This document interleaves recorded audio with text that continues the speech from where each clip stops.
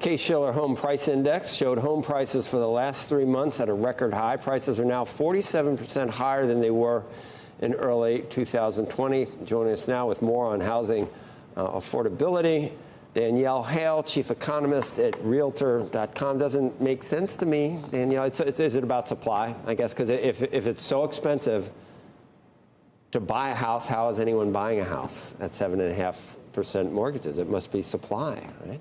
It is a bit about supply. It's also about the amount of equity that is in housing right now. So homeowners are sitting on a record amount of equity. And so those who don't have a mortgage, who aren't affected by today's borrowing costs, can make moves. And so they are able to navigate these higher prices without as much of a ramification.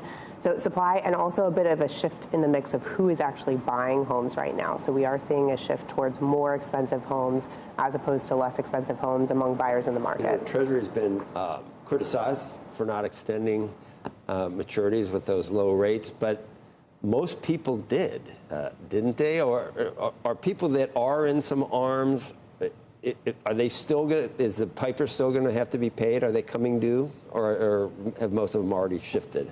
So we are going to see some arms reset, but they are a very small portion of the overall total of outstanding debt. So I don't think it's going to be a big ramification. I don't think we're going to see a huge impact on things like consumer spending or even people's ability to pay their mortgage, but there will be some ramification.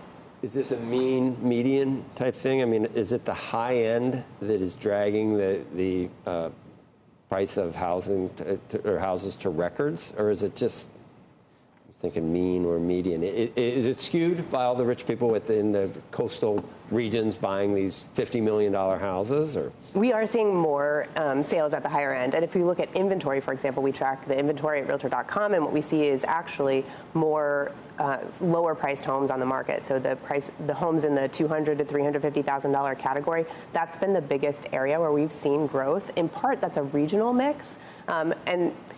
While on a per square foot basis, these, we're not seeing lower prices, it is good for buyers in that entry level price point to see more options. They have more to choose from.